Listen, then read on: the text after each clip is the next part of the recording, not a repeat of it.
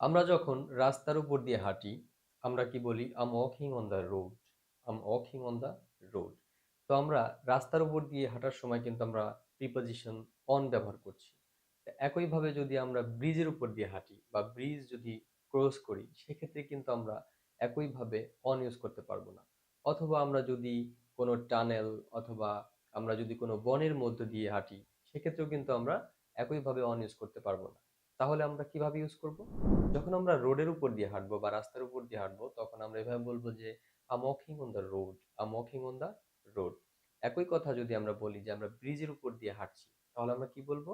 Um walking over the bridge, I'm walking over the bridge. যদি আমরা কোনো বন অথবা জঙ্গলের ভিতর দিয়ে হাঁটি, সেক্ষেত্রে আমরা বলবো I'm walking in the jungle অথবা আম ওয়াকিং ইন দ্য ফরেস্ট। তারপরে আমরা যদি কোনো টানেলের মধ্য দিয়ে হাঁটি, তাহলে আমরা কি বলবো? I'm walking through the tunnel, I'm walking through the tunnel. তারপরে সিঁড়ি দিয়ে যদি উপরের দিকে উঠি, সেক্ষেত্রে আমরা বলবো যে I'm walking up the stairs, I'm walking up the stairs. আর সিঁড়ি দিয়ে নামলে বলবো I'm walking down the stairs, I'm walking down the stairs.